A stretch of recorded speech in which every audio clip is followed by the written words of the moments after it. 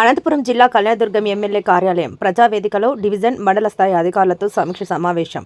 MLA Amilineni Surendrababu, RDO Vasanth Babu, DM and HO E B Devi, DSP Ravibabu, tahsildar, ఎంపీడీఓలు, విద్యాశాఖ అధికారులతో నిర్వహించి అక్కడే రాజముద్రతో కొత్తగా జారీ చేయబడిన రెవెన్యూ పట్టాదారు పాస్ పుస్తకాలను అందజేసి అక్కడే ప్రజా దర్బార్ గ్రీవెన్స్ నిర్వహించారు. ఈ సందర్భంగా ఎమ్మెల్యే మాట్లాడుతూ, అధికారులు కొన్ని గ్రామాల్లో తాగునీటి సమస్య ఉందని నేనే చెప్పినా నేటికి కూడా పరిష్కరించకుండా ఉన్నారని, ఇప్పటికైనా వాటిని పరిష్కరించాలని, 15వ ఆర్థిక సంఘం నిధుల దుర్వినియోగం కాకుండా అవసరమైన మేరకు ఖర్చు చేసి ప్రజల సమస్యలు పరిష్కరించాలని సూచించారు. అలాగే వచ్చే బడ్జెట్ కోసం కూడా మన నియోజకవర్గం నుంచి ఏవేవి అవసరం ఉన్నాయో వాటికి తగిన ప్రణాళికలు సిద్ధం చేయాలని, 114 చెరువులకు నీరు వెళ్లాలంటే అవసరమైన ఎస్టిమేషన్స్ సిద్ధం చేయాలని ఇరిగేషన్ అధికారులకు సూచించారు. ప్రతి శాఖ నుంచి మన నియోజకవర్గానికి సంబంధించిన పూర్తి చేయాల్సిన పనులు కూడా ఫిబ్రవరిలోగా పూర్తి చేయాలని, స్వచ్ఛ భారత్ ద్వారా మంజూరైన టాయిలెట్స్ కూడా త్వరగా పూర్తి చేయాలని సంబంధిత అధికారులకు తెలియజేశారు. ముఖ్యమంత్రి నారా చంద్రబాబు నాయుడు గారిది చాలా గొప్ప మనసున్న మనిషి అని, ఎక్కడా కూడా పేద ప్రజలు ఇబ్బంది పడకూడదు అనే ఉద్దేశంతో మేము ఇక్కడి నుంచి పంపే ప్రతి ఒక్క అప్లికేషన్ కూడా వెనక్కి పంపకుండా ముఖ్యమంత్రి సహాయ నిధి అందిస్తున్న ఘనత ముఖ్యమంత్రికి దక్కుతుందన్నారు. నేడు ప్రజావేదికలో ఎమ్మెల్యే అమిలినేని సురేంద్రబాబు స్థానిక నాయకుల సమక్షంలో ముఖ్యమంత్రి సహాయ నిధి ద్వారా 33 మంది బాధితులకు దాదాపు 22 లక్షల రూపాయల చెక్కులను అందజేశారు.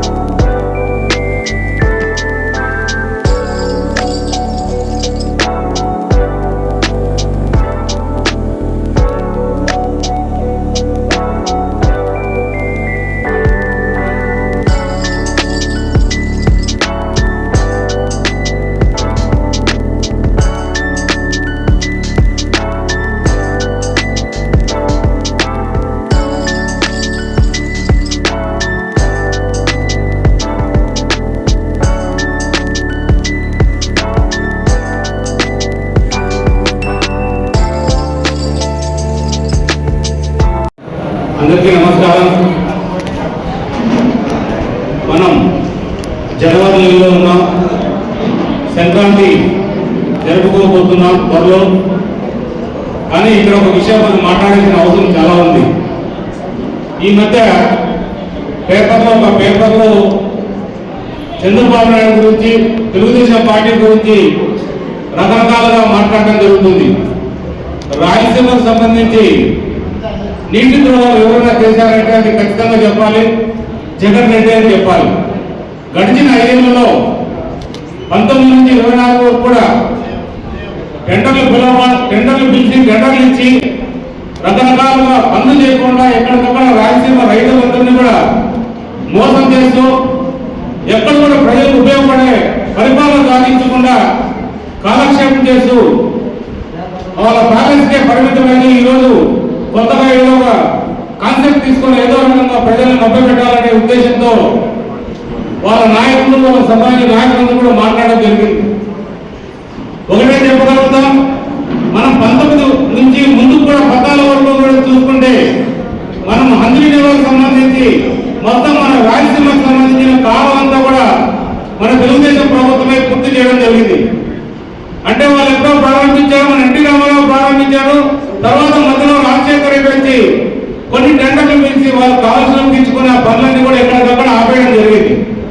అయినా కూడా ఎవరు కాంట్రాక్టర్లనే ఎక్కడైనా కూడా ఎవరికి కూడా రద్దు చేయకుండా చంద్రబాబు నాయుడు అదే కాంట్రాక్టర్లకు అందరికీ ఇచ్చి పనంతా పూర్తి చేసి వాళ్ళు నిధులు కూడా కేటాయించి కనీసం అంటే 12,000 కోట్ల నిధులు మనం కేటాయించిన పనులన్నీ కూడా పూర్తి చేయడం జరిగింది. ఇదే పిఎల్ఆర్ సంస్థ ఏదైతే ఉందో ఆ సంస్థ కూడా నాకు తెలిసి మన జిల్లా అంటే మొదటి రీచ్ అంటే జీడిపల్లి నుంచి వచ్చే రీచ్ వాళ్ళ సంస్థ మధ్యలో ఆపేసి వెళ్ళిపోవడం జరిగింది. తర్వాత బిఎన్ఆర్ సంస్థ వాళ్ళు కూడా మధ్యలో ఆపేశారు. తర్వాత రకరకాల సంస్థలన్నీ కూడా ఆపేయడం జరిగింది. మరి ఇక్కడ కాకుండా మనకి ఏదైతే కరువు ప్రాంతమైన మనకు మడక్సీన ఉందో లేదా పెనగొండ లేదా మనకి కదిరి ప్రాంతాలన్నింటినీ కూడా నీళ్ళు ఎక్కడ కూడా కాలం పూర్తి చేయకుండా ఎక్కడికక్కడ ఆ రోజున్న ప్లాన్ ప్రకారం ఎక్కడ ఇవ్వకుండా ఆపి మన కరువు జిల్లాని అనంతపురం జిల్లాని నట్టేట ముంచిన పార్టీ ఏదైనా ఉందంటే అది ఖచ్చితంగా వైఎస్ఆర్ పార్టీనే చెప్పాలి. వాళ్ళేదో మాటలు చెప్పడం, దౌర్జన్యాలు చేయాలని ప్రయత్నించడం కూడా వాళ్ళకి అలవాటై ఇలాంటివన్నీ కూడా ఇంతకు ముందు గతంలో కానీ ఎన్డీఏ గవర్నమెంట్ చంద్రబాబు నాయుడు గారు, పవన్ కళ్యాణ్ గారు, అలాగే నారా లోకేష్ గారు, మోడీ గారి సహకారంతో మన రాష్ట్రాన్ని అభివృద్ధి బాటలో నడిపిస్తున్నారు. తర్వాత మనం వచ్చిన తర్వాత కూడా రాష్ట్రంలో ఎక్కడా కేటాయించినంత నిధులు మన ప్రాంతానికి కేటాయించారు. అంటే మనం కర్నూలు నుంచి జీడిపల్లి కావచ్చు, జీడిపల్లి నుంచి కూడా కదిరి దాకా కూడా అన్ని రిజర్వాయర్లు కూడా నింపడం, ప్రతి చోట కూడా రిజర్వాయర్లని నింపుతూ మన రైతులకి ఏ విధంగా సహకరించాలి, రైతులు ఏ విధంగా మనం, ఎందుకంటే హార్టికల్చర్లో అనంతపురం జిల్లాలో ఈరోజు మనం మొదటి స్థానంలో ఉన్నాం. అలాంటి అనంతపురం జిల్లా బాగుండాలి అన్ని రకాలుగా మేము ఆదుకోవాలనే ఉద్దేశంతోనే చంద్రబాబు నాయుడు గారు ఎక్కడ కూడా ఇబ్బంది లేకుండా రైతులకి నిధులు కేటాయిస్తూ ఎప్పటికప్పుడు కావాలని పూర్తి చేసి ఈరోజు 3,800 క్యూసెక్కులతో పూర్తిగా ఈరోజు మనం జనవరిలో ఉన్నా కూడా ఇంకా 2 నెలలు 3 నెలలు నీళ్లు పడే పరిస్థితి ఉందంటే ఖచ్చితంగా చంద్రబాబు నాయుడు సహకారాన్ని ఖచ్చితంగా తెలియజేయాలి. అలాగే ఏదైతే మనం 3,800 క్యూసెక్లు ఉన్నాయో మన ప్రాంతానికి సంబంధించి బీటీపీ ప్రాంతానికి సంబంధించి మీరే చూశారు. గడిచిన 5 ఏళ్ళు గంపుడు మట్టి తీయకపోగా మరి బిందులు వేస్తారు. మీరే కదా కాంట్రాక్టర్లు, మీరే ఎందుకు చేయకూడదు?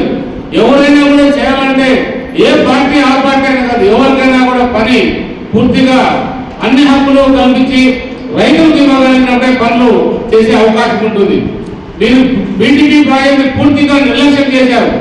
మన కళ్యాణ ప్రాంతంలో రైతులు 195% మంది వ్యవసాయం మీద ఆధారపడ్డారు. అయినా కూడా మీకు లెక్కలేదు.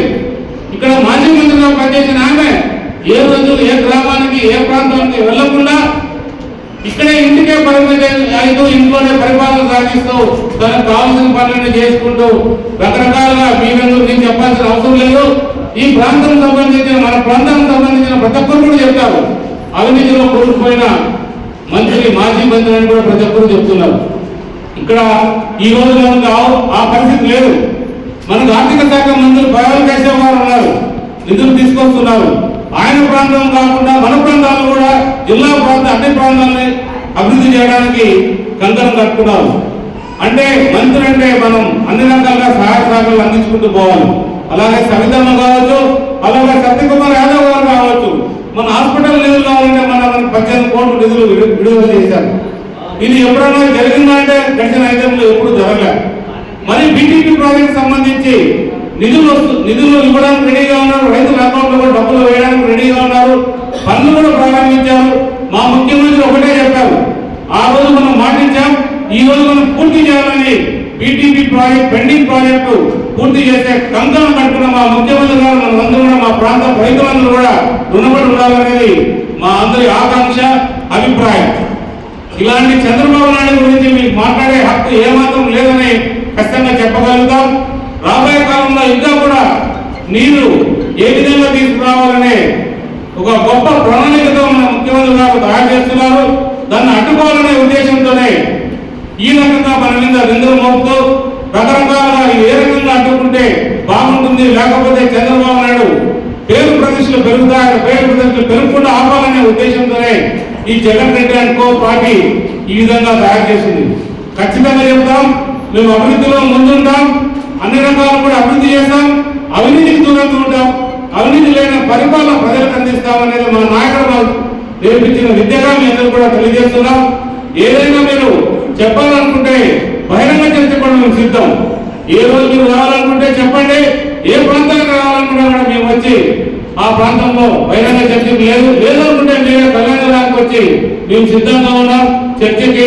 మీరు తెచ్చామా, ఏ విధంగా నీటిని మేము తీసుకురావాలి, ఏ విధంగా నిధులు ఉపయోగించుకోవాలనేది ఖచ్చితంగా మీరు దుర్వినియోగం చేసిన విధానాన్ని కూడా మీ అందరూ కూడా వివరిస్తాం, ప్రజలు కూడా తెలియజేస్తామని మీ అందరూ కూడా తెలియజేస్తూ ఈ రోజు సీఎం రిలీఫ్ ఫండ్ కింద చెప్పులు ఇవ్వడం జరిగింది. ఇప్పుడే చెప్తున్నాను, మన గోల వెంకటేష్ గొప్ప కార్యక్రమం ప్రజలు చాలా మంది ఇబ్బంది పడుతున్న ప్రాంతం మన ప్రాంతం. ఇప్పుడే ఒక వ్యక్తిని చూసాం, నడవడానికి కూడా వీల్లేదు. ఆయన సెలెక్ట్ బాడీ ఎక్కించుకుంటూ డైరెక్ట్ హాస్పిటల్ నుంచి ఇక్కడికే వచ్చి ఆ చెక్ తీసుకోవడం జరిగింది. అలాంటి పరిస్థితులను గమనించి మన ముఖ్యమంత్రి గారు ఎప్పటికప్పుడు మన ప్రాంతానికి నిధులు కేటాయిస్తూ మొన్ననే 10 రోజుల క్రితము ఒక ఇన్స్టాల్మెంట్ ఇచ్చాం.